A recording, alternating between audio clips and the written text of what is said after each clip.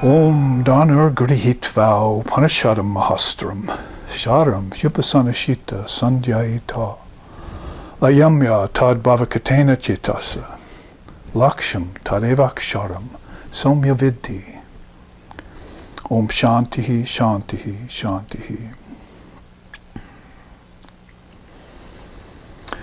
Taking as a weapon that mighty bow furnished by the Upanishads and other non-dual scriptures, fasten to it the arrow of mind, made sharpened by thoughts on reality alone. Then pulling full strength, O student, take aim, release, and penetrate the mark, that imperishable Brahman.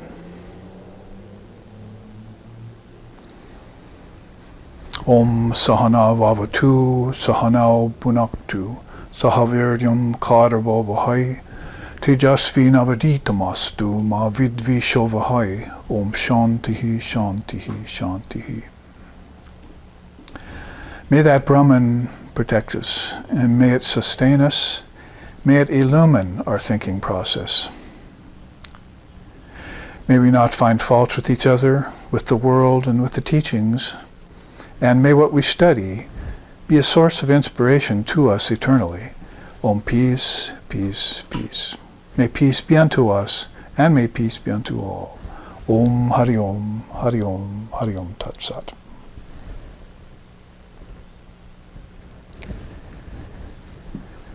We are now engaged in the second class of this subject called the will to live a spiritual life. And before we get started into the midst of it, make a quick announcement that this will probably be a 4-class series. We were announcing it possibly as a 2-class series because next weekend will be the seminar on how a householder can renounce, which it actually goes hand in hand very well with this subject of the will to live a spiritual life. So we'll break next weekend for that full seminar, which I hope all of you can attend. And then the 2 Sundays after that, we'll finish up this series of the will to live a spiritual life.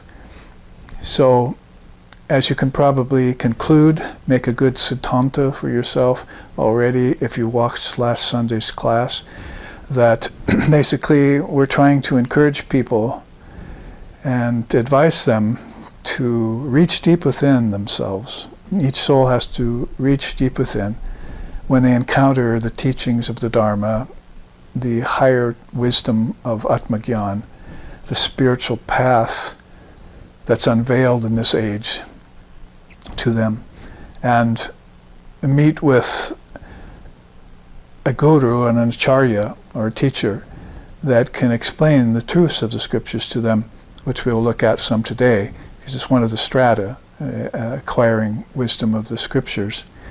And so each person we're advising and encouraging to reach deep inside for that best word we can think of in English is probably intensity. It's sort of companion to the word utsaha. You sort of have to have some sort of enthusiasm for the subject. I've often said that when I met with Lex Hickson, our founder, that he was all enthusiasm. He was just seeking the truth everywhere he went, everywhere he looked, with every breath.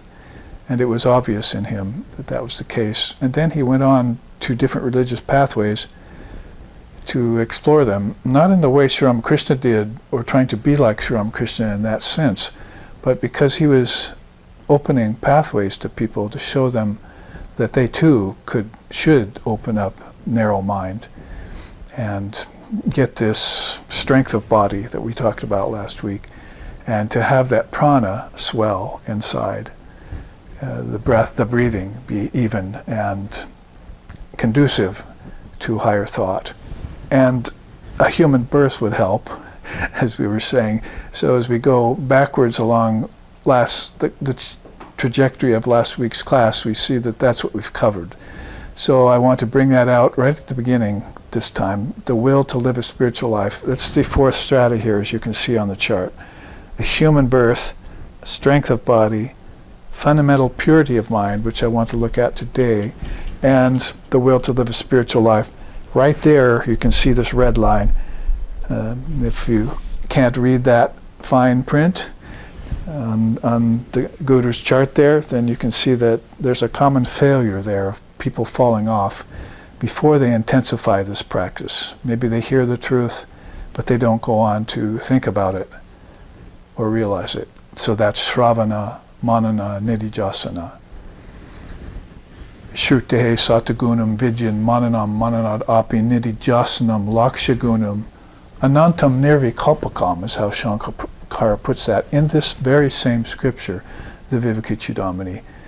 Beautiful words where he says to hear about Brahman is good, but to take teachings is better. To meditate on even better, best of still, is that meditation in which doubt starts to die away. And you really do feel this oneness of the Jivatman with the Paramatman, that is everything in your life, in the world, including people, circumstances, karmas, maya, samsara, samskaras, has been against that fact. It's been what's foisted upon you and on people until they do believe that maybe such fallacious things as they're a sinner rather than they're divine. You're not mortal, you're immortal. You're not finite, you are infinite.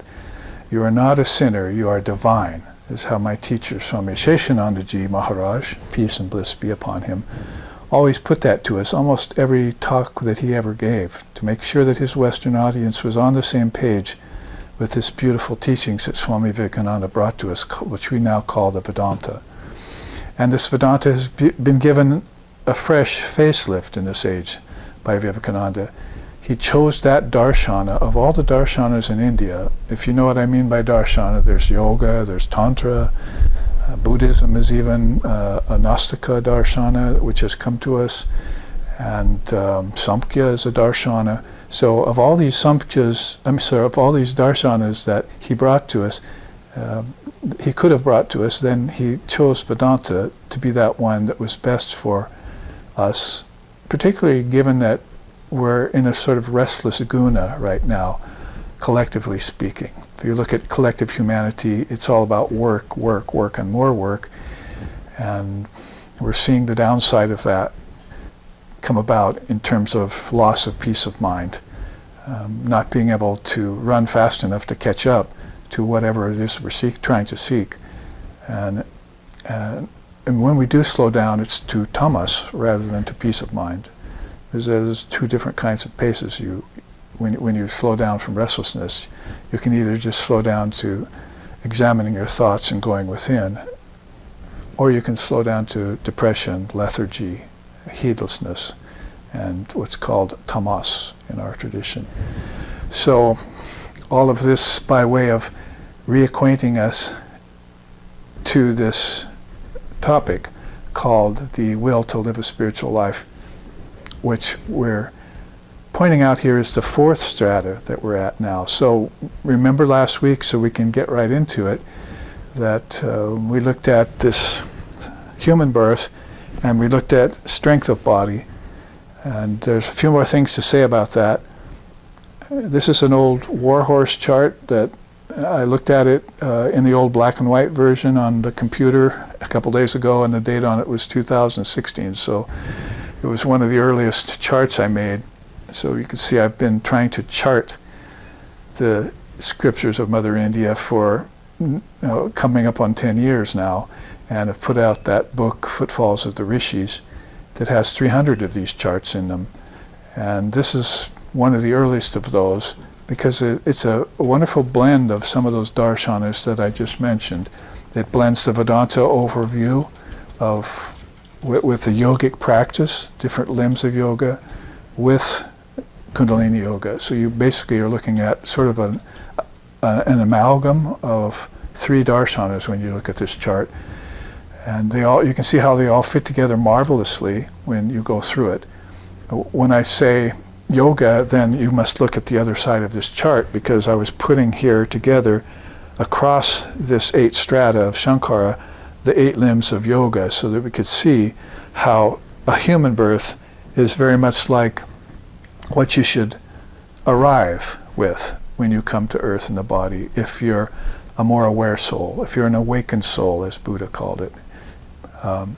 If you're awakened in this lifetime, it's even if you don't reach the goal of samadhi or nirvana, it's probably a very good chance that you'll still be awakened in your next lifetime as you work on this full awakening or full enlightenment that they talk about, like Satori in Zen.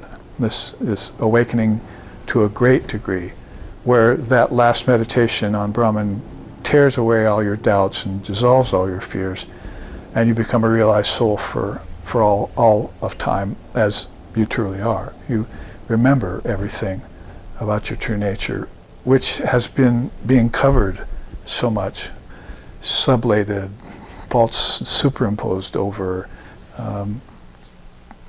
passions, fetters, antarayas, kleshas come to mind.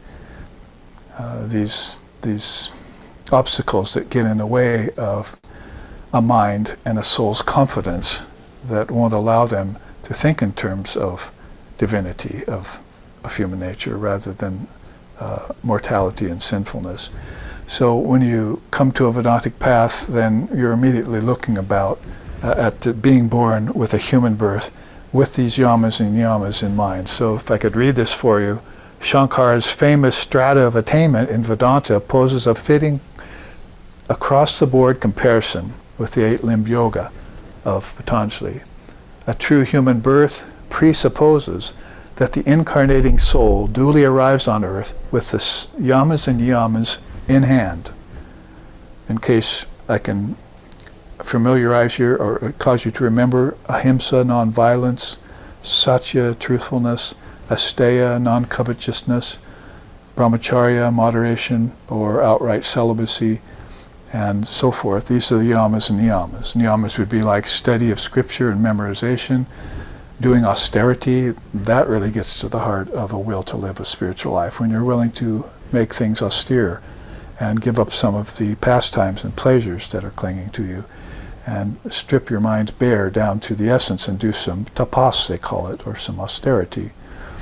So this means then you arrive on earth with these already intact, and we know of people and have met people in our lives that were upright, straightforward kind of people like that, and high thinkers. And then later on found them even more to an nth degree in spiritual life. Going on, he says, strength of body infers that the soul selected a form that already possessed the noble asana of action and meditation. So they come in here ready to act for the highest good of humanity, to serve humanity. God in humanity is the best way of saying that. And they're also very meditative already. They're taking a stance or a mental posture of meditation when they come to this world, so that they can observe all the phenomena and get themselves out of the influence or above the influence of the 5 senses: tasting, touching, hearing, smelling, and seeing. They don't fall victim to sense objects and pleasures as being the only walk of life.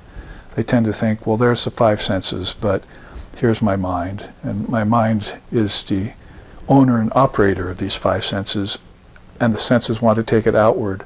I think I'll go inward with it. And the kingdom of heaven is within me after all, so why don't I go inward with this and look at this hierarchy inside, which Samkhya Yoga proposes to be tattvas, or cosmic principles, stepping stones by which consciousness came out. And at the time of meditation, and particularly at the time of passing from the body, so-called death, that it can move back in, involution style, to the source, return to the source. So these are 2 things right away that we see across the board comparison with Shankara's system and Patanjali's yoga some 600 or 700 years earlier. Then he goes on to say then,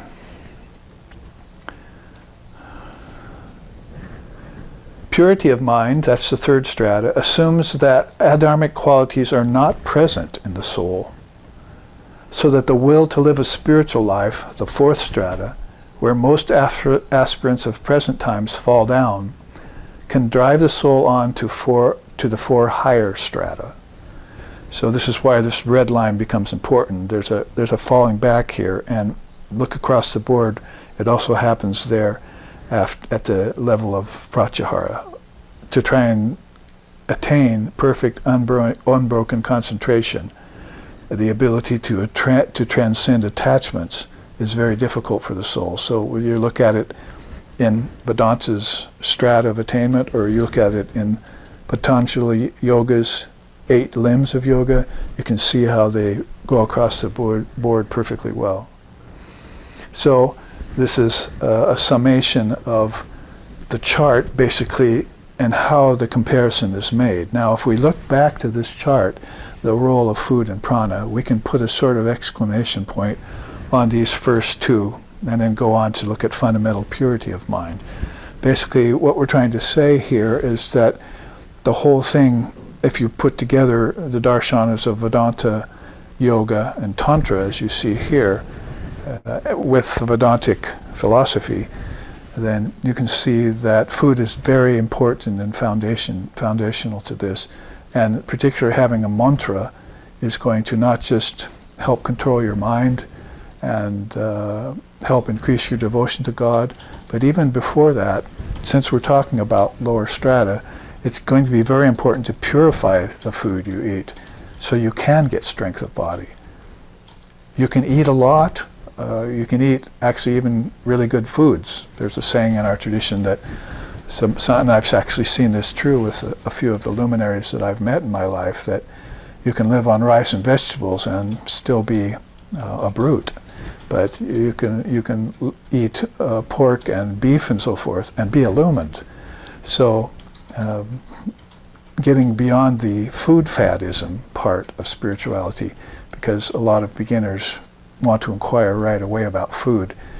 It's my assessment and my observation, unfortunately, that the questions about food that the novice or beginner has, particularly back in the 60s and 70s when I saw them coming, are based in this kind of food faddism idea, that food can somehow get you enlightened, or what you eat somehow is going to make a huge difference to your enlightenment. Actually, it makes a huge difference to your successful sadhana.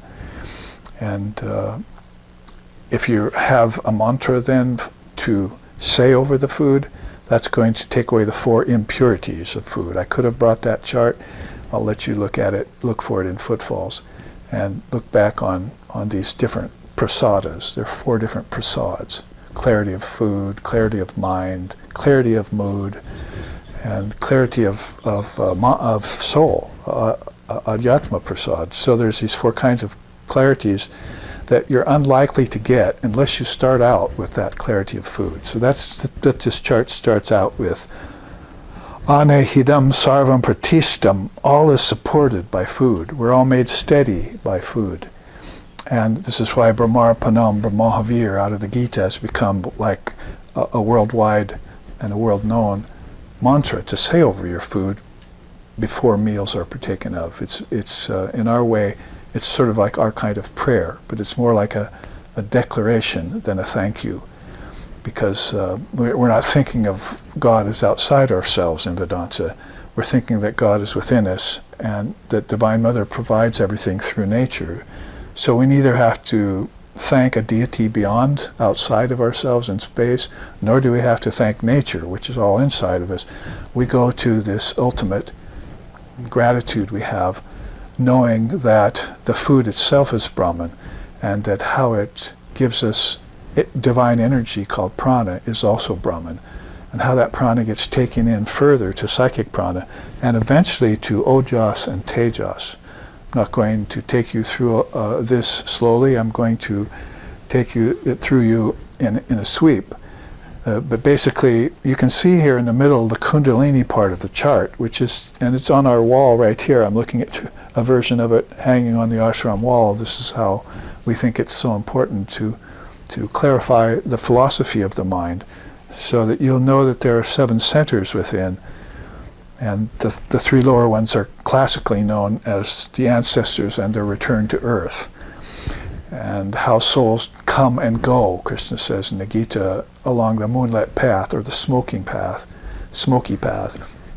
And how if you get beyond that cycle of Kala chakra, the Buddha called it, that you could arrive at a fourth chakra, this Anahata chakra, or heart chakra, which is beyond the return to earth and beyond even the heavens that people have greater pleasure in. So you're really getting beyond pain and pleasure in a most transcendent way, and the mind is getting very refined and intelligent. Its intelligence is being able to see deeper and deeper into the mysteries of this and beyond the effects of this outer show.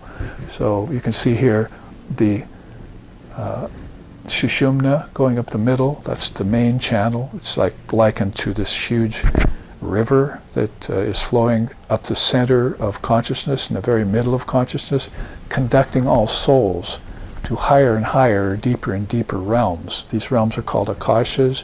In this case, they're called chakras. They're whirling vortexes of billions and billions of souls in billions of worlds in each one of these interior centers. And so this is the Kundalini part of this chart. You can see how the higher chakras even become more and more refined until consciousness is more just like itself, nameless, formless. Probably should be mentioned that in India, God is consciousness or pure awareness, stripped of all those sublations, superimpositions, passions, fetters, errant thoughts, gunas. We can go on and on listing the different things in which people are caught in, karmas, samskaras, like the one to return to earth after enjoying heaven. All of those things are stripped away and dissolved, is a nice word, in these higher chakras where intelligence becomes the second compound of consciousness and then finally merges like a hailstone into an ocean, Shankara says, into this ocean of pure conscious awareness. Around these Sushumna, you can see these two nadis, Ida and Pingala, going like this around. And they're sometimes called sunlit, other times called moonlit, sometimes they're called male, sometimes they're called female, energies that are coming up and conducting souls, as it were, to deeper in to these vortexes of spiritual energy. Now, we've already mentioned food. If you know what the mantra given by your teacher means, you can say that mantra over food, and that food turns into prana, and that is more access to prana, which turns into mukhya prana, healthy prana. This then turns into psychic prana, healthy thoughts. So you can see how this strata is beginning to approach the fundamental purity of mind already, from strength of body to strength, from human birth to strength of body to purity of mind. You can see how this is beginning to happen in terms of, let's call it energy for now, really the energy of consciousness. Because when it gets really refined, then this is where ojas, or this potency, Shakti, comes forth and begins to guide the process. A lot of people never find her flowing inside these chakras. It's a mystery to them. And so Kundalini is then really one of the more mystical paths of India. But then ojas can become even more refined to be tejas. That means shining light. So you see how this food at a very basic level can become, or is exactly like, or leads to, if it's treated with intelligent, that comes from repetition of the mantra, can lead you straight to realization that all this is Brahman, from food all the way to your highest center of consciousness, your mind's intelligence. Then the tejas is beginning to shine out the pores of the body, like they said about Christ, like they said about Buddha, and like Holy Mother said about Sri Ramakrishna. He had this sheen of gold coming off of him. So a quick explanation of this in terms of a wrap-up for these first two strata to whet our mind's appetites and to remind us of what happened last week, Sunday, when we were all paying attention. Just to finish that up, you can see the cycle of transmigration here. Early spiritual awakening, observance of celibacy or moderation of sense life, inception of practice, there's where the will to live a spiritual life figures in, inception of sadhana. Then refined prana begins to flood these nadis, like the Ida and the Pingala, and the different nadis coming off of it. And then psychic prana develops, and it releases udgata, or spiritual energy. And that's the precursor to Shakti, to Kundalini Shakti, that's about to make her famous inward journey from the Muladhara chakra all the way up to the crown chakra, which isn't even listed here because it's not really a center. It's beyond all of these 6 centers and all these worlds that are associated with them. That's the cycle of transmigration, and you can see how it ends right there, and spiritual life proceeds. So all of this is a preliminary practice that you do. Awaken spiritually, moderate your sense life, begin a practice, develop your prana so that it flows, including into your mind's thoughts. That's psychic prana you're talking about there. And then this release from bondage, this initial release where you feel free. Maybe you would see the light at that time. Maybe you would hear Om, hear the sound, the Upanishads say. Sri Ramakrishna says, if you hear that sound, you should follow it inward.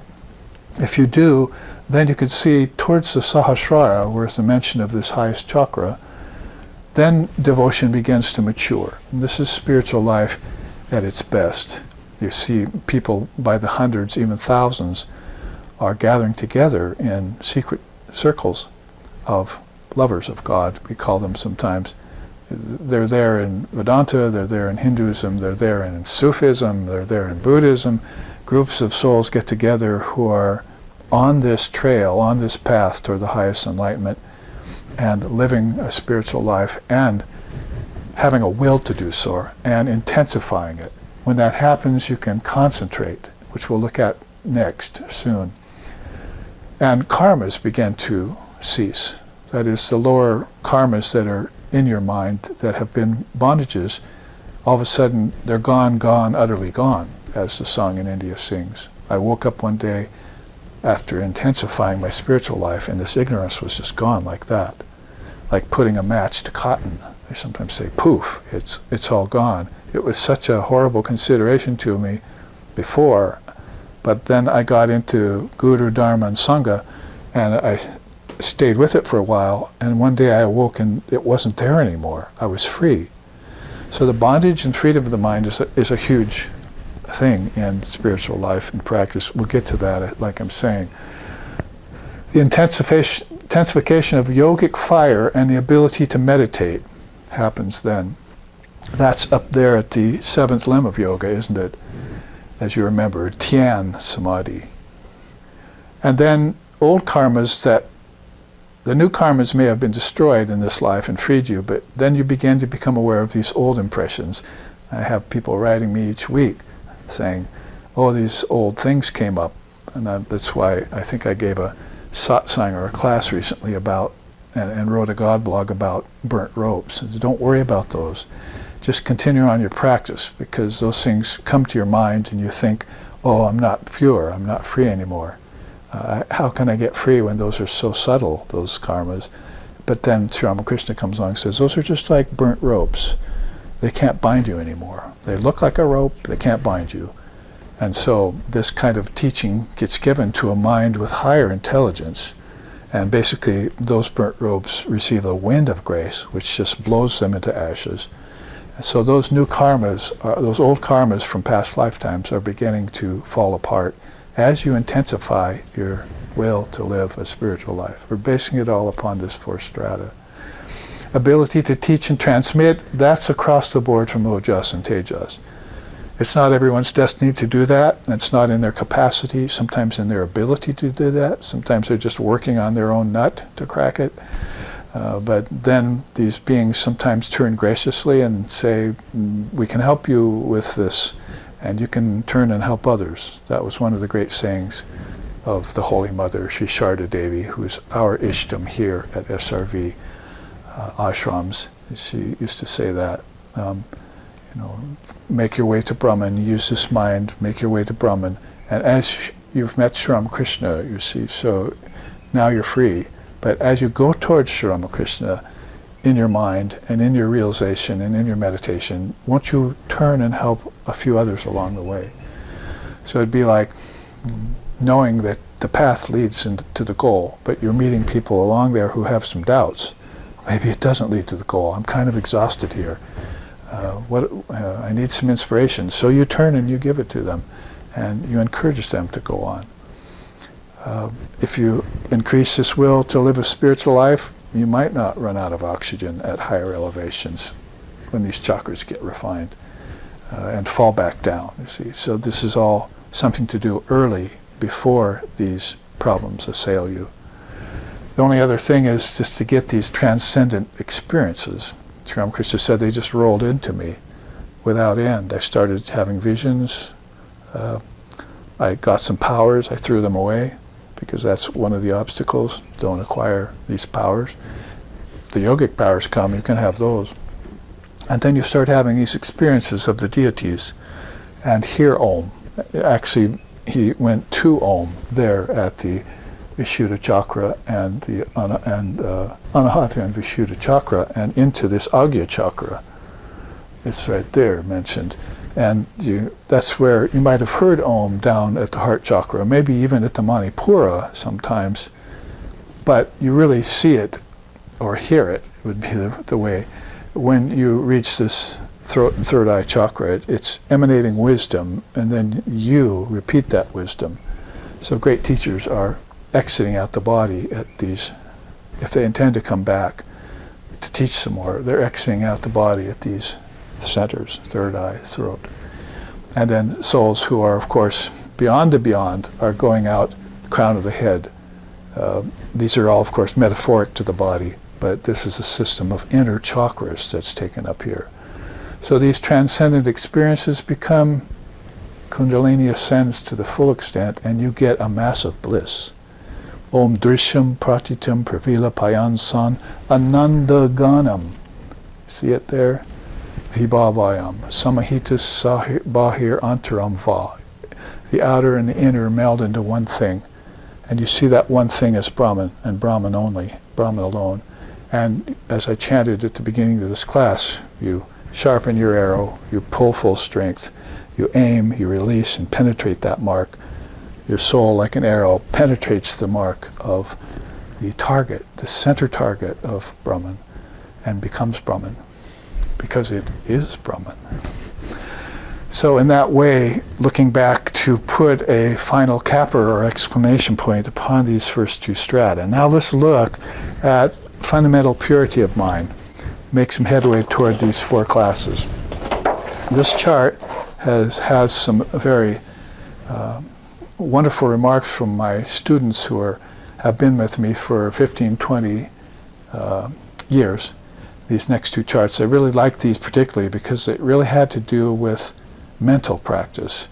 Most of the students that came to me early on, since I wasn't teaching Hatha Yoga, and we'd kind of already been through that phase, and people had already learned how to sit this way, and that was enough. Tripod position, or straight backed in a chair if you must. Then we pretty much launched them on these great darshanas of India, like Vedanta, Yoga, and Tantra, and Samkhya, and gave them these teachings about obstacles and solutions. So you can see here, pratibhasika is a word in Sanskrit. That's illusory reality. It seems to be real, but it isn't. Pratibha is the intelligence which is developed and honed to bring about the power of pratibandhaka bhava. So you can see these are all based upon that word, intelligence, and if you don't have it, then this illusory reality is going to come forward and veil your intelligence and your wisdom and your knowledge, your higher knowledge.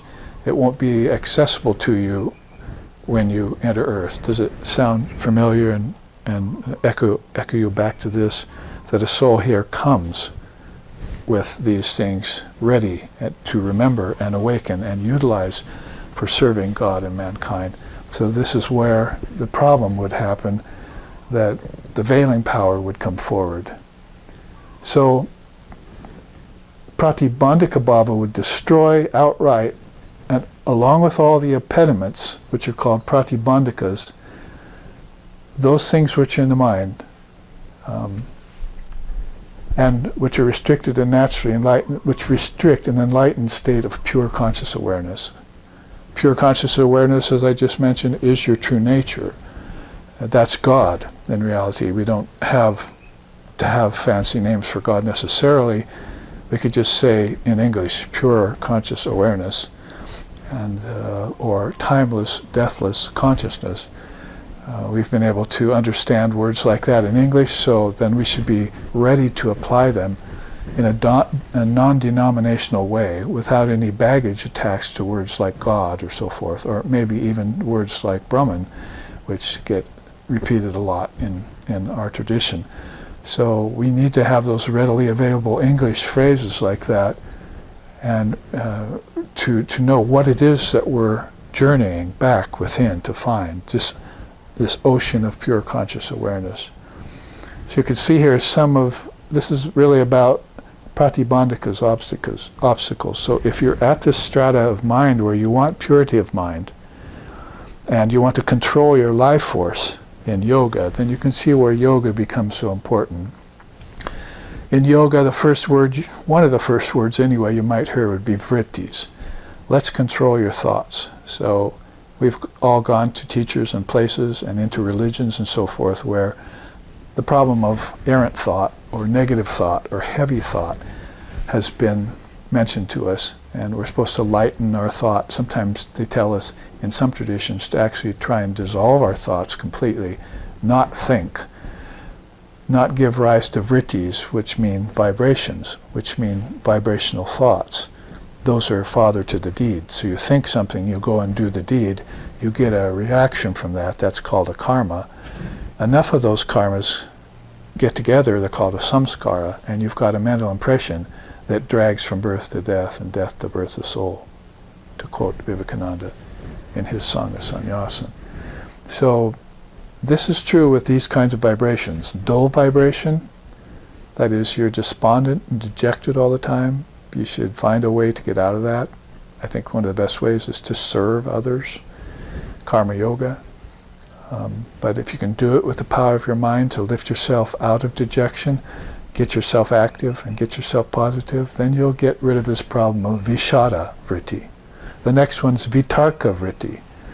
These are thoughts containing demonic vibrations. If you've ever asked, where did this thought come from in my head? And quite often people use that to the negative side of things. What made me think that way when I should be thinking balanced thoughts or higher thoughts, higher vibrations? Those are klista vrittis, the lower ones. Aklista are higher or positive ones. So yoga has made that distinction early on. This system probably 140 AD. And so Father of Yoga went through and with this word vritti gave us this whole host of things to think about.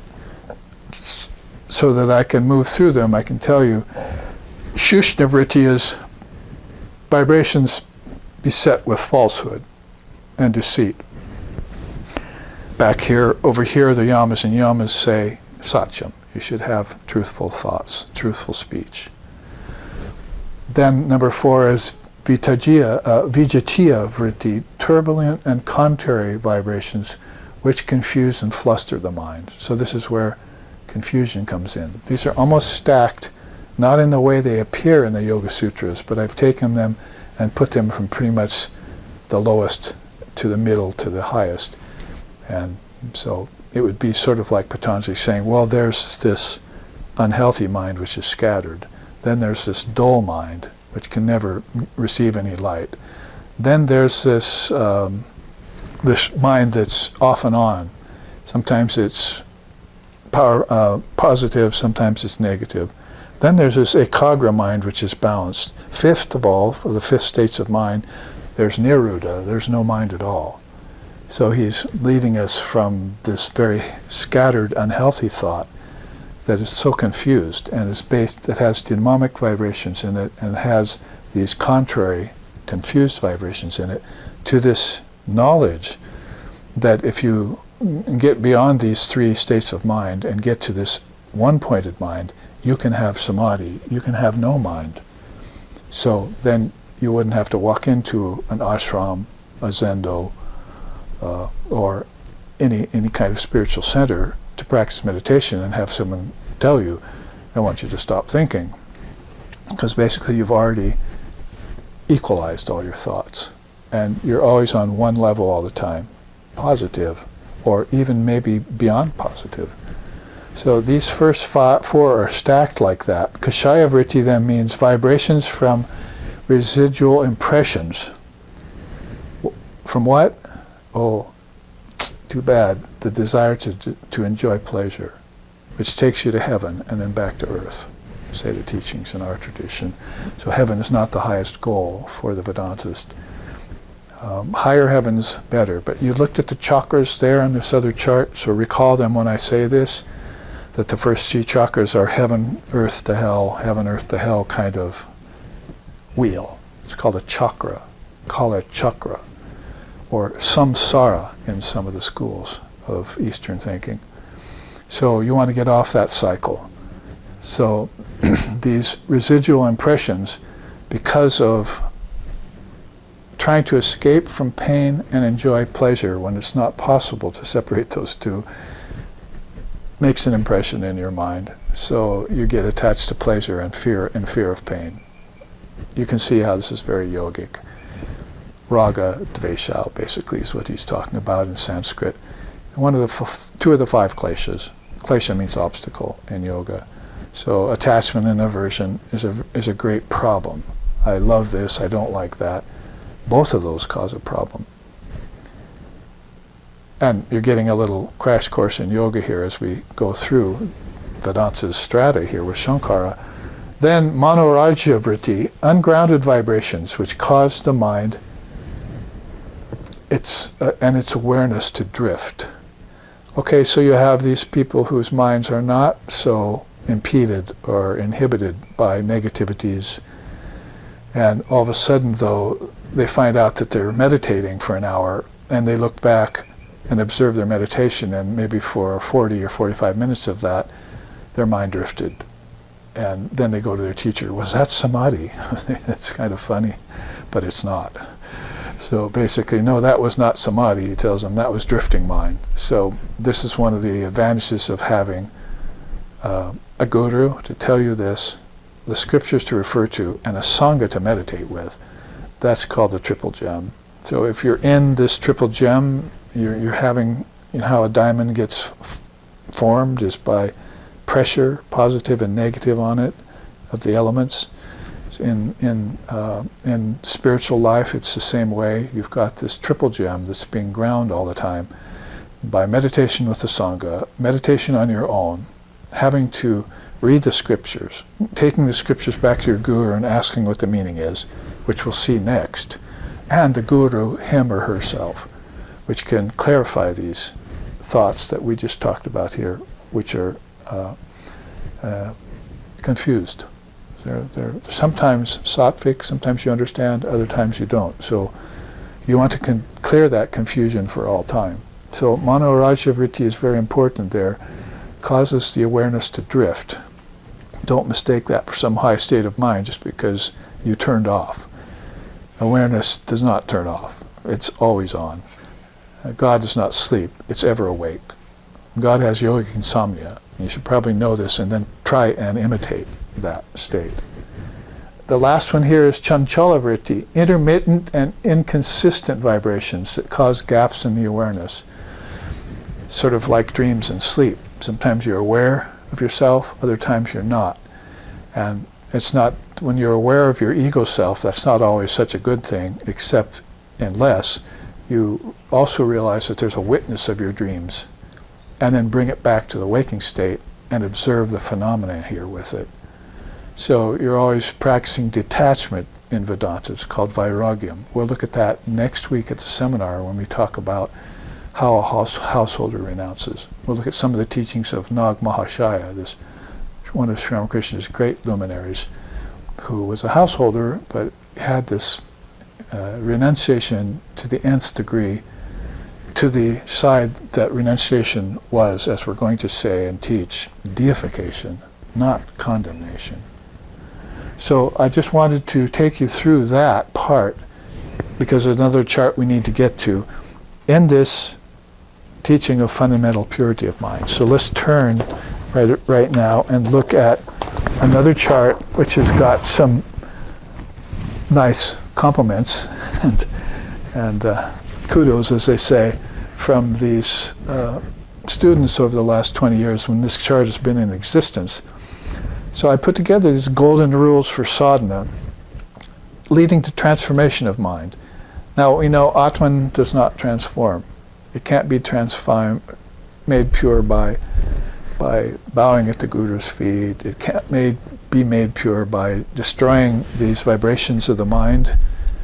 And it can't be made pure by the eight limbs yoga over here, because it's already pure. So when we talk about growth, tongue-in-cheek, because growth is also one of the 6 transformations that we look at in both Buddhism and Vedanta, we're not talking about, we're talking about a mechanism inside of us that can change for the better. That kind of transformation is a good thing.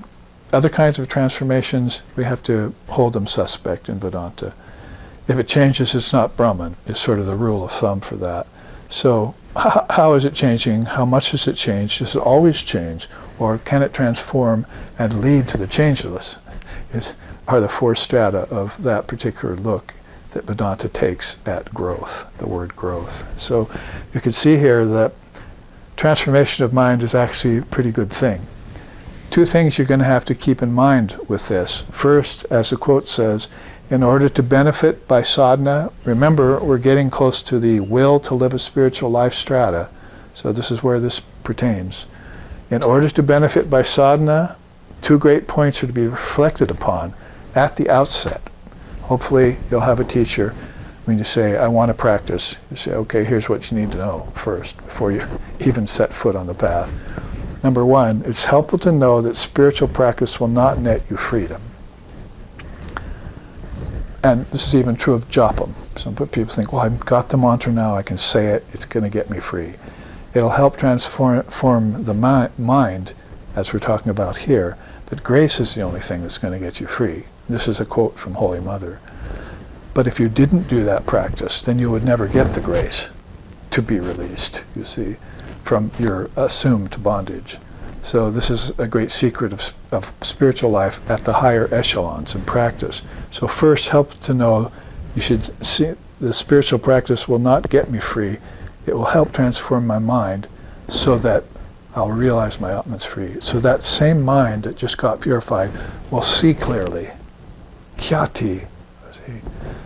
And it will see the freedom of the soul. And then it's all over. The match with Maya or samsara is all over. And you have this 6th chakra open, you see. So that's number 1. As it says here, enlightenment is more a matter of grace married to right timing. This is why you persevere with your practice, because it's going to clarify your mind eventually as you intensify things. And then right timing will come along, and that's all she wrote. People say, what about my karmas? And the teacher says, like Holy Mother said, what she wrote in the book of destiny, she can also erase. So people are sort of putting themselves behind the 8 ball, as the expression goes. You know, I'll never get free. And when Swami Vivekananda heard them talk like that, both Americans and Hindus, why? Because I have all these karmas. He'd say, well, blast your karmas. Because Holy Mother has told us that basically what she wrote in the book of destiny, she can also erase. So if you're destined to have 100 more lifetimes because of your karmas, she can erase them in this one lifetime if it's a matter of practice married to grace, married to right timing. This is a beautiful teaching and secret in sadhana. Otherwise, sadhana you can become a professional sadhaka and never get enlightened, or you can go on for lifetimes at the cusp of enlightenment and never get enlightened. You always feel, where is enlightenment? Where is enlightenment? But there it is within you. You just need to have the right timing and seek that grace of the highest being, your teachers and Ishvara. And then do this practice constantly in the right way. To explain further, freedom is indigenous to the soul. Thus, transformation is in and of the mind, not of the true self. Transformation takes place in the mind, not the Atman. Because the self does not require any regimen of purification. It's ever free, never bound. Second, all effort is to be accomplished as a mental practice, first and foremost, rather than merely physical, since the origins of delusion lie in the mind, i.e., not in the body. The body will never be enlightened. It's dead as soon as it's born. We're all rushing to death the minute we're born, as Vivekananda said. So it's the mind that is the projector of all of this, and it's the medium between the world and divine reality. The mind is right in the middle. It's the sovereign of the five senses outwardly. It's also connected, it also connects the inner senses to the refined intellect, or to intelligence, to Shakti power. It's very important that that mind be kept in a fine and fettle shape by your sadhana, by your constant practice with intensity each day. See, we're coming back to that again and again. Here's some of the beautiful things about practice that you could keep in touch with. First of all, identify yourself with the source while you keep relations with the world.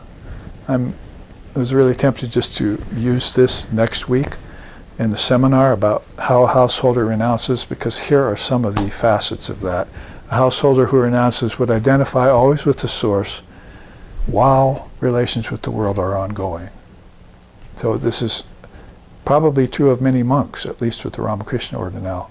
A new kind and type and quality of monk has come with the advent of Sri Ramakrishna in the Ramakrishna order. They're out there serving and helping the suffering and feeding and bringing water and doing away with pestilence and distributing funds for all sorts of projects, particularly in India, but it's beginning to come our way too in terms of our spiritual poverty, beginning to satisfy that.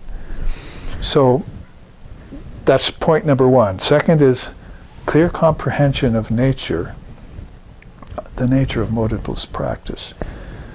So it's a further echo of the quote we just talked about above, where you should be able to say that this practice, whether it overflows with full fruition or with none, I'll still do it in the most positive and intense way I can muster, according to my capacity. Also, and that's called artha shunya. And then samasti chitta means this grounded in an unalterable stance of open-mindedness. We're talking about problems of narrowness in the mind here, aren't we? Right away, if we're well-instructed Vedantic aspirants, which I'm speaking to mostly. I'm speaking to Vedantic aspirants. I'm speaking to the Western people, my teacher used to say at the beginning of every one of his talks. And so some decades later, I'm doing the same with some of the teachings he and Swami Vivekananda gave us when they were here in the body. And these are very important. You don't find these in the scriptures very much. They're inferred by the practices that one gains experience with. There's some of those higher spiritual experiences that come to you. So identify with the source while you keep relations with the world. Have a clear comprehension of the nature of motiveless practice, and ground yourself in this unalterable stance of open-mindedness. Sri Ramakrishna, of course, would be one of our greatest examples for that, particularly in terms of religion, philosophy, darshanas, and practice. Now, alaya vijnana means you must keep this positive and natural idea of universality. My watch keeps the only right time, not allowed, Shankaracharya said. Check your watch by the sundial, then you have a better. Sundial means by the Lord, by the universal Lord of all religions, that all religions lead to the same goal. So these are also purificatory things of higher mind. You see, I'm not talking about lower mind here, all my negative thoughts. We already went through that. I'm talking about higher mind now, how you make it ready to intensify the will to live a spiritual life. Because you don't want to intensify something that isn't clear yet. And that's been a problem with people. I mean, I think that's the main intention of Jesus when he said you don't build your house on sand, but you build it on bedrock. So a lot of people are beginning to try and construct a house of religion and spiritual practice of religion's tenets on uneven ground, shifting ground. But you have to make sure that this is all solid before you put these constructions of mental practice on top of them. The great souls like Patanjali with his 8-limb yoga, Buddha with his Ashtanga Marga, his eightfold path, and Vedanta with its 4 jewels and 6 treasures. These are all things that you can rely upon to help the ground, help find the ground that's steady, so that you can begin to construct these intensified practices upon. And this is what you're going to have at a higher level of mind, so that they don't come toppling down. The last one there is ready store of interest and inspiration. I've already talked about that. It's almost the first thing I mentioned in this class. Sentinels at the gate. No pretensions, justifications, or complaints about one's status. No shifting of blame to any external circumstance or outer agent. Like, oh, the devil made me do it, or the gods are against me, or, whatever. I wasn't raised right by my parents. The ancestors are there, no problem to deal with, but they also need enlightenment. And in India, it's not just that you want to get beyond the ancestor, you want to do sacrifice for the ancestors, so they won't keep you down. They can let you go, you can get free, and then they'll know you'll come back for them, because that's what Buddha did for his family when he left the castle. And so this is in their minds, so you don't want to be an extra weight on them. So basically, don't blame any external circumstance or outer agent for your status. So these two kind of go together. Don't assign, if you want it clarified to a point, no assigning of fault to any deity, such as God, gods, demons, or devils, or devil itself. No citing of the occurrence of luck with regard to the outcomes of one's life. It's like from Samkhya's teaching, Lord Kapila. There are several teachings about complacencies, one of those being, through luck I can get enlightenment. That's not going to happen. Let's cast that one out right away. No vague or foggy belief in the random or serendipitous nature of things and events. Nothing's random, nothing's serendipitous. That's just all appearances in nature. That's what's rising and falling all the time. You don't want to build your house on that. It's constantly shifting. What will seem serendipitous one day will be different the next. What will be lucky or serendipitous to one person will not be to the other. So knowing this shifting back and forth, good fortune, ill fortune, and good luck, bad luck, and so forth, the clever aspirant, the one who's advanced, will let go thy hold, as Vivekananda says. Let go thy hold. And let this darkness go. No excuses for inadvertence around one's inadequacy for accomplishing sadhana. begins to get close to this will to live a spiritual life. You don't want to make any excuses for the fact that you haven't been doing your practice. If you want to put like procrastination, everyone shut your ears now, because nobody wants to hear that word. It's one of the worst curse words. It's worse than 4-letter words. Procrastination, everyone dips their head and scrunches their shoulders.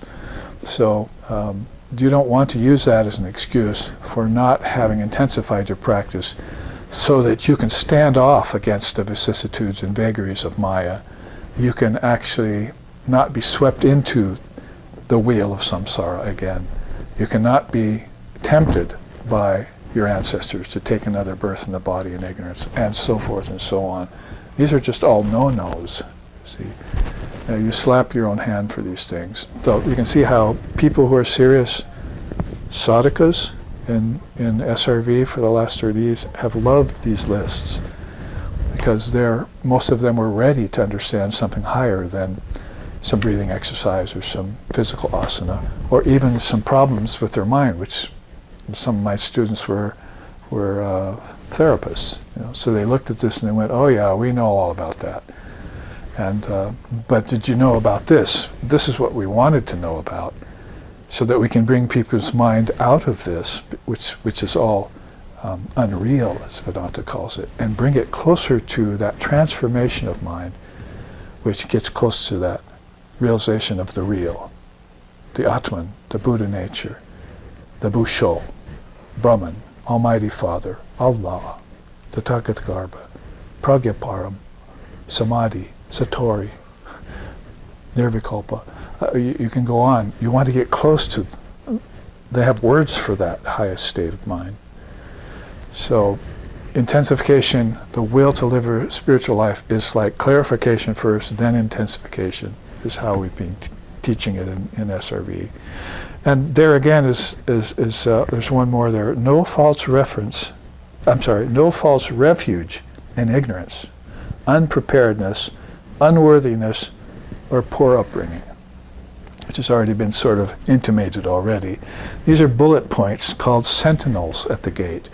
So if you're conducting sadhana, which you should be, and you want to intensify it, and you want to know what to clarify first, and what the result of that clarification is going to, how it's going to show up in your more enlightened mind, here's a chart for you to look at. It's in the Footfalls of the Indian Rishis book, and so is the one over here on my right. Some obstacles to spiritual life and their solutions, and then transformation of mind as you do your sadhana, and the higher things that become obtainable to you as you reach a higher level of your own consciousness. It's beautiful, and that's why I really liked to pause here at this third strata, because it's really setting us up nicely as far as the will to live a spiritual life. It's all about the mind. So if you would like to sing about it, you could sing about it this way.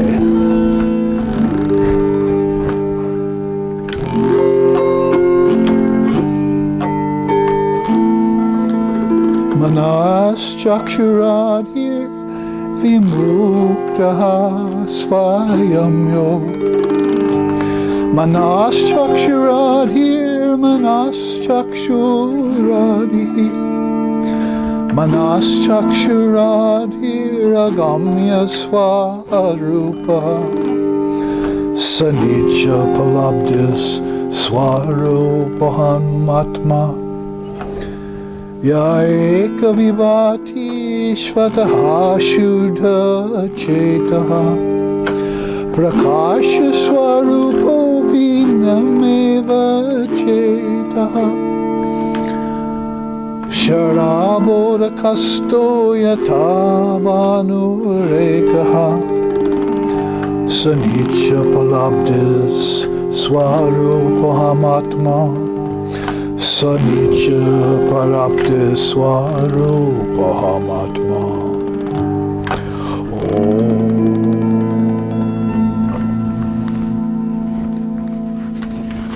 One of the great students of Shankara, who's giving us this 8 strata of attainment, that is Shankara's strata of attainment, says in the Hasta Amalakva Stotram, Even when bereft of sense experience, mental cognition and vital functions, that internal reality continues to exist, relying upon nothing. It is that which animates the senses, impels the life force, and awakens the mind.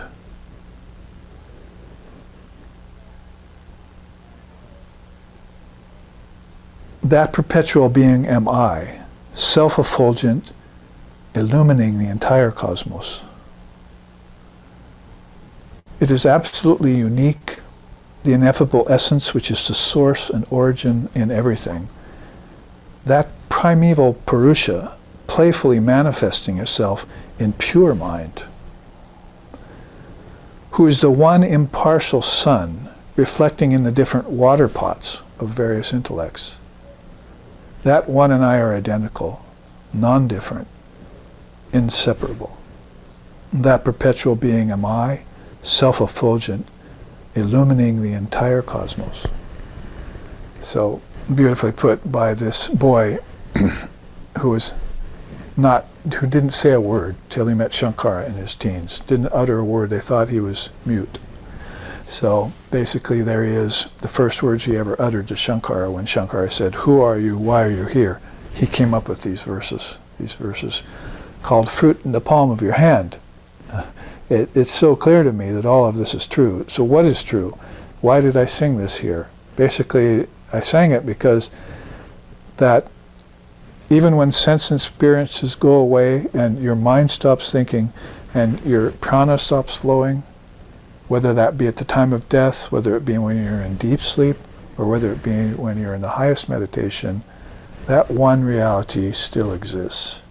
Because it's that which will bring your senses, mind, and prana back to life. It animates the senses, it impels the life force, and it awakens the mind to higher reality. And that perpetual being that's doing that and I are identical. All this time I've run a partition between us. I've separated myself from my own self. God and the soul, they're the same thing. They're one and the same. It just needs to be realized. It can't be pretended, of course. It needs to be realized. Just like Sri Ramakrishna said, put a stick over a puddle, it looks like two puddles. Remove the stick, it's one again. So this idea of ego and separation and so forth is like this stick placed across one body of water, makes it look like two. And the simplest thing is just to return it to the initial state of oneness, which it really is. So the teachers are always thinking like this in a very high way. So singing it like that is also a beautiful way of explaining it. Let's go on, and at least in the time remaining, look at this arrow on the red line. Successful follow-through. Yay! Instead of what? Common failure. How come we always bounce against that rubber barrier called, I don't want to do my practice today, or I don't know how to intensify, even though I have a teacher who could tell me how, or I'm not listening to the teacher when she tells me how. Why do I always bounce back like a rubber band, back down to my comfort zones, or worse, back down to, well, I was going to show you that, but maybe I can show you that in 2 Sundays, about how weakness happens to a person. I brought that because strength of body is so important. And so if you had a strong body for a while and you had prana flowing, then all of a sudden something got in your way and you lost your health, or you forgot how to breathe, or your senses took over and glutted themselves on objects and pleasures, whatever it is that got to you, that brought you falling back down off of these higher echelons, that's an unfortunate thing. So successful follow-through is what you want. Now you're poised for it right now. When you're hearing these great teachings of Vedanta, that's poising you for it. Now's the time to intensify and to look deep into the scriptures. That's where I want to take you next. In India, let's see if which one of these is best. I show this quite often. Mother India's revealed scriptures on earth. This time I want to show it to you because, again, you can look at it in Footfalls of the Indian Rishis book, nice and thick, 300 charts, a complete feast from soup to nuts, as they say, about Dharma teachings that I've gathered together for you. So here you see, just to show it this time, because it's a teaching of the quintuplication process. I don't want to go there yet to the tattvas, but I just wanted to show you the scriptures that are on my bookshelf today that I studied since I was 19.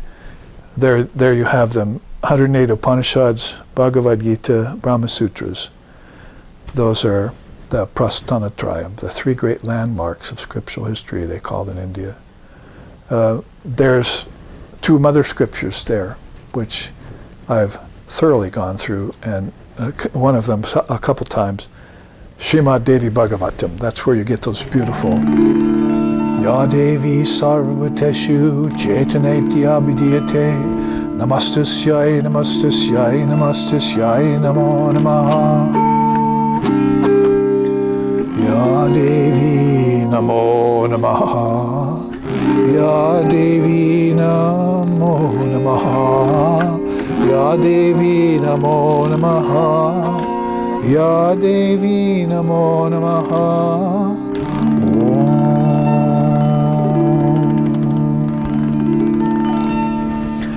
So that's how sloka in the Chandi sounds like when you sing it. Smriti Rupena Samstita. May we always remember that she exists in the hearts and minds of all beings as remembrance of divine things, as remembrance of our divine nature. If you're not in remembrance of that, try intensifying and get a will to live a spiritual life, a clear mind that will open up the avenues to that. So those two scriptures, you'll find beautiful inspiration there. And there you see some of the non-dual scriptures that are especially poignant and powerful, and which have been put into English now, much thanks to the Ramakrishna Order for their beautiful versions. Ashtavakra Samhita,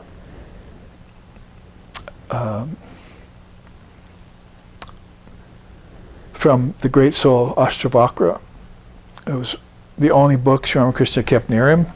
I mean, he knew the scriptures pretty much already in his heart and mind, so he could recite them verbatim anytime he wanted. But this one book he kept near him, and he had the young Vivekananda, when in his teens, read out of it.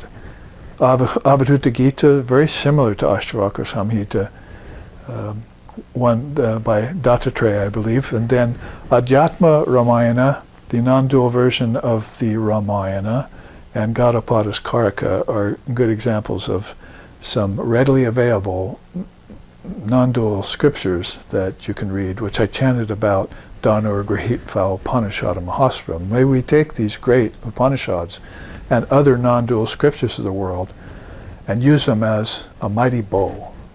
A beautiful chant I started out the class with today. And going on, there's the 4 Vedas, the 18 Puranas, the 64 Tantras. There's the Ramayana again, the Mahabharata, Srimad Bhagavatam, Uddhava Gita, Narada's Bhakti Sutras, Sandilya's Bhakti Sutras, the Code of Manu. These are all very powerful scriptures. In the middle there, you see the Samkhya scripture that's still in existence. Most of them have disappeared. Tattva Samasa Sutra.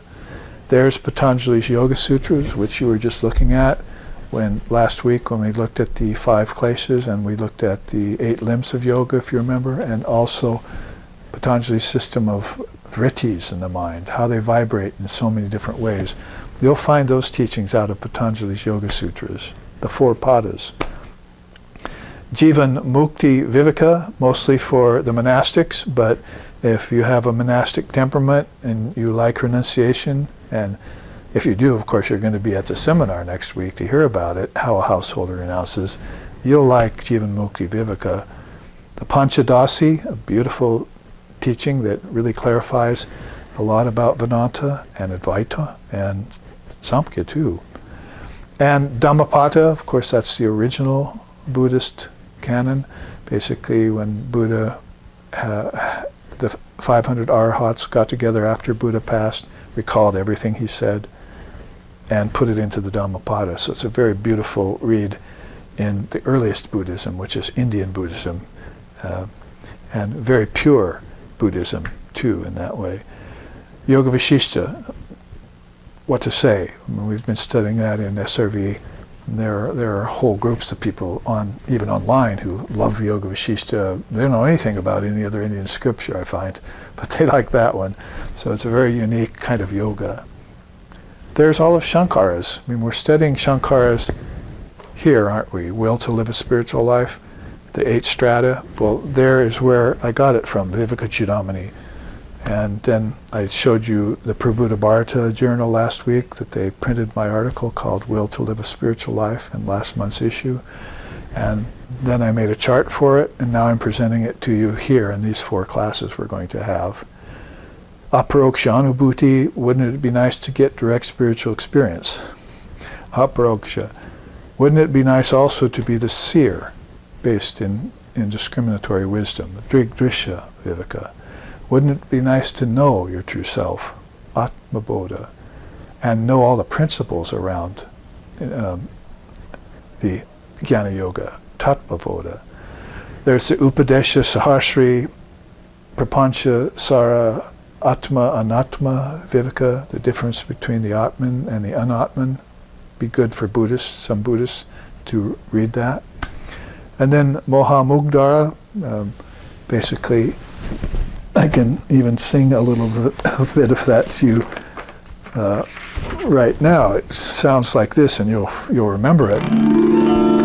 Guru Sharanam Buddha Nirbhara Bhaktaha Samsaradmana Saniyama Devam Surrender Manana Niyahadevam Drakshasini Hridayasta Devam Bhaja Govindam Bhaja Govindam Bhaja Govindam Mudhamate Samprapte Sanihite Kale Nahi Nahi Rakshati Dukharin Karane.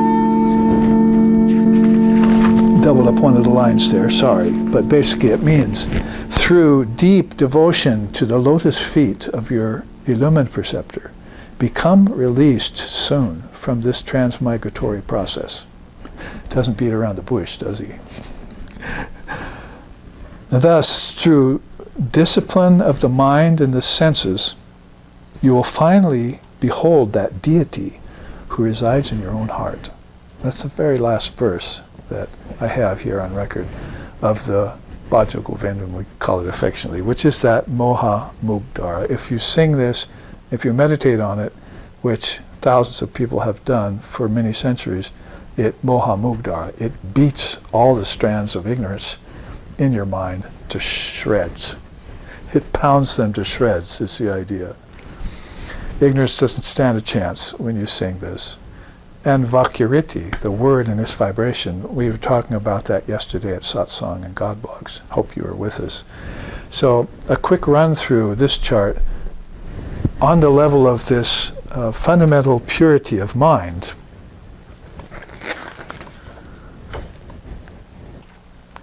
And will to live a spiritual life we're looking at. Now, scriptures, the other thing we could say about them would be this, and that's that there are secrets of the scriptures. You can see here, those virtuous ones alone gain moksha. And who says this? Lord Vishishta. We're going to look back here to his scripture, Yoga Vishishta. So here's what he says in terms of Indian way of philosophy. Those virtuous ones alone gain moksha, which is liberation, who from their early childhood train themselves in Atmagyan scriptures, which you've just got a list of right here, in the company of holy beings. Don't forget that part. Therefore know, O sedulous seeker, that the state of Brahman is attained via the combination of the illumined preceptor, the Jnana Shastras, and the sincere disciple. So put these three together and you've got this unique way in which the Indians, the Hindus, the Vedasists, the Tantrists, the Yogis, the Vedantists, the Buddhists, and so forth and so on, look at their scriptures with such great reverence. And they also know that they're eternal, but I'm getting ahead of myself. There you see, first, three great sources are you should consult these scriptures. Take them to a guru once you read them. Get instructions about them. And then verify them with your own experience. What's that word? Aproksha anubhuti. Where did you last hear it? Right there. It's the name of one of Shankara's scriptures. Second, teaching here, three techniques of interpreting the scripture. First and lowest, but not all that bad, is by separate doctrines. Second, the way of reconciliation. Third, by way of natural synthesis. So this is from lower to higher. Basically, there are people who separate out religions, doctrines, and then look at them and then choose one, or maybe pit them against each other. But then if you're trying to reconcile them, well, the work's already done, really. They're already reconciled. You can engage in that practice for your own edification. But the seers know, the great souls know, and definitely the avatars act this way. Sahaja Tantra Siddhanta is the supreme way. It's by way of natural synthesis that they see these. Ekam Sat Vipra Bahuda Vedanti means there's one mountaintop and many paths leading to it, or sometimes it's put there's one ocean and many rivers flowing into it. But they never forget the mountaintop or the ocean when they're looking at these rivers or pathways. They all are leading to this ultimate goal. That's why Sri Ramakrishna has said all religions are not the same, but their essence is the same. And these religions, if well followed, lead to highest realization. That's a quote from Lord Vashishta again. There are two types of knowledge, paravidya and aparavidya. So this is one of the ways in which they cause themselves to take their eyes away from lower knowledge. Remember back here to what we were saying, is that one of these points of spiritual practice is that you should keep your eye on the source while you engage in daily practice. So this is the way in which they understand this. They can separate themselves from the aparavidya, whether they're monk or householder. The monk, of course, will do it quite easily. The householder will have to do his work, or his or her work, then at night or when they have time, draw back to that and place the mind right away on the paravidya, so that they have a breath of higher non-dual teachings. Then next day they go back to work, you see, and their breath is in their work. Then they come home at night. Maybe the next morning they get up, meditate on what they studied in the scriptures. And this goes on in 4 yoga fashion, if you know what I mean. Synthesis of yoga, Purna yoga, and Chaturdasya yoga, Krishna called it in the Gita. So basically, that double division is very helpful for us. We don't really have it here because we don't have any paravidya, sorry.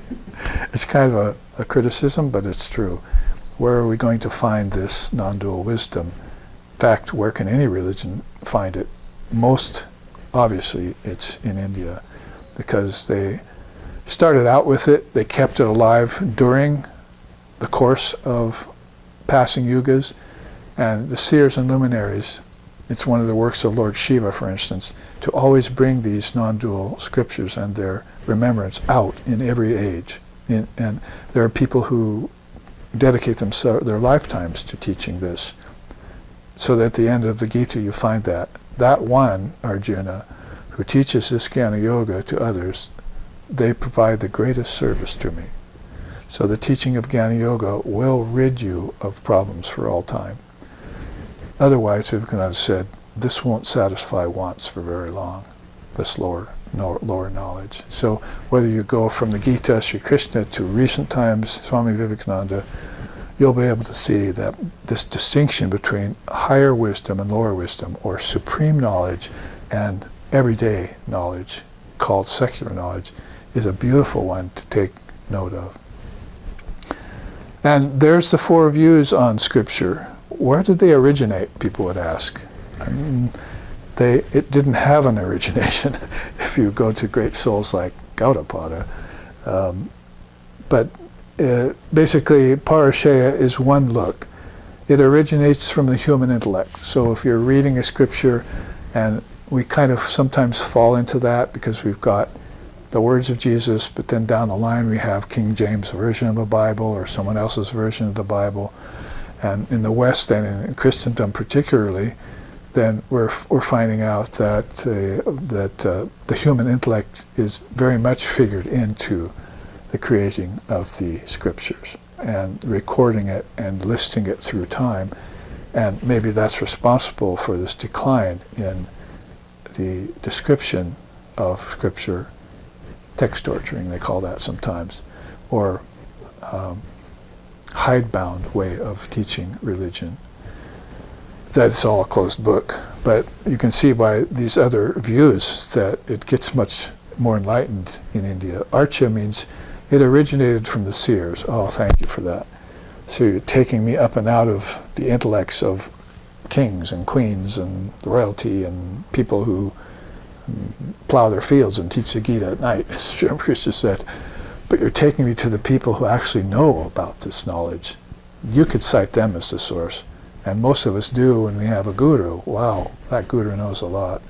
Like I look at my teacher, Swami Sheshananda, and he would just all week, every day, go on with these these great words about scripture, and always be fresh to my mind and my ears. But there's even a higher look than Archa. It's called Ishvariya. And actually the scriptures originate in Ishvara, which is the greatest of all souls. Patanjali called him the special soul, the special, most singular soul. That's in these yoga scriptures that we just pointed out. You'll find that those two slokas on Ishvara in Patanjali's Yoga Sutras, where he calls out Ishvara and calls this the Supreme Soul, which all these souls have emanated from. Like that's the fire where the sparks kind of idea. Can there be anything higher than that? Yes, India says it's actually not Ishvariya, Archa alone. It's definitely not Parashaya, but it is a Parashaya. It's a divine, eternal origin. Now, when I chose those words for the English definition of the Sanskrit, I chose them on purpose. I could have said of divine origin. Well, Ishvara is divine, so are the seers. It wouldn't have covered it. But if you say divine, eternal origin, that word is called Sanatana. Sanatana Dharma is this eternal religion of the ancient rishis of India. Back in the Vedic times and before, they had this firm assurance and realization that these scriptures were all tucked back in them for all time. And all they need to do is meditate on it and produce it. Look what Shankara did before he was even 30 years old. How many scriptures he wrote. And I didn't update this chart yet. There's about 5 or 6 more scriptures I can add to this list. So just using Shankara as an example, a good one since we're looking at the strata of spiritual life, is a good one, because then we can corroborate these two charts. So I think we have run out of time, but we could finish this, and I'll put it back here for you, this strata we've reached, comprehensions of the scriptures, so that when we arrive, Sunday after next, because the seminar is next Sunday, then we will have said that we've climbed 4 of these echelons, these 8 strata, and we can start out with the acquisition of discrimination. I'm particularly excited, as the word terms, I'm enthused about presenting this part of the strata to you, the acquisition of discrimination. It has some very beautiful things for us to offer us, to assure us of the purity, the immaculate nature of these scriptures that have divine, eternal origin. They'll never go away from us. We'll always be able to recall them. But to end there, you can see there's 2 more entries here. They're both pretty much the same. One time in one age, they were called the 3 proofs, the 3 potent practices. I listened, I contemplated, I realized. That's basically it. Shravana, Manana, Nididashana. You've heard me teach that a lot over the 30 years of SRV life and practice. If you want to put it in another age, another darshana, they called it the three proofs of truth. Shruti, Yukti, and Anubhava. Hearing the truth, reasoning about the truth, and experiencing the truth. So we want this Anubhava. You find in the Gospel of Sri Ramakrishna, for instance, that he's operating a lot at all three of these levels. These really go together with the three levels of philosophy too. Dualism, qualified non-dualism, and non-duality. You have to hear words, you have to listen. That's a dual thing, really. But when you reason about it and contemplate it, all of a sudden you've taken it inside. That's qualified, and you don't have any outer barriers anymore if you've heard it right and you contemplate it right. Finally, you reach this non-dual realization, or this direct experience of the truth, called Anubhava. It's another one of Shankara's names of scriptures over here. So let's close with this chant by Yoga Vashishta, this quote: Atmagyan scriptures treat self-knowledge and lead to divine wisdom. Ordinary shastras treat terrestrial knowledge and lead to further bondage. But even the Atmagyan scriptures will be non-productive if the imp of lower mind attached to conventional and secular knowledge is not exercised thoroughly. So Lord Vashishta comes forward in a very free way, in a very unconventional way, and shows us these two kinds of knowledge and how to treat them, but also says that if your mind isn't right there with that, or if it's still attended by the imp of the lower mind attached to conventional and secular knowledge, that's called here, of course, aparavidya, then this greater knowledge of Atmagyan will not dawn upon you fully and swiftly, as it should. Hopefully we can all not forget to remember and wake up to this knowledge when we hear it right away. Right away means in this lifetime. Better than that, like Shankara, within 8 or 10 years, if you can do it. Oh, it's too late already for that? Then let's try waking up to it before 2 Sundays. And we can talk about it more 2 Sundays from now, next Sunday being our seminar on how a house holder can renounce to realize all this with a will to live a spiritual life. Om Vedanta Siddhanta Nirukti Resha Brahmaiva Jivaham Sakalam Jagad Cha Akanda Rupa Stitir Eva Moksho Brahma Vitiye Shrutayaha Pramanam. Om, peace, peace, peace.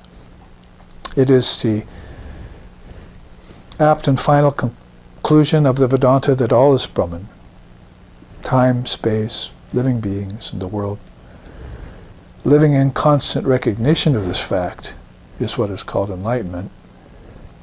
Brahman is pure and perfect and one without a second. And the revealed scriptures are the sure and certain proof of this fact. Om, peace, peace, peace. Peace be unto us, peace be unto all. Om, Hari Om, Hari Om, Hari Om Tat Sat.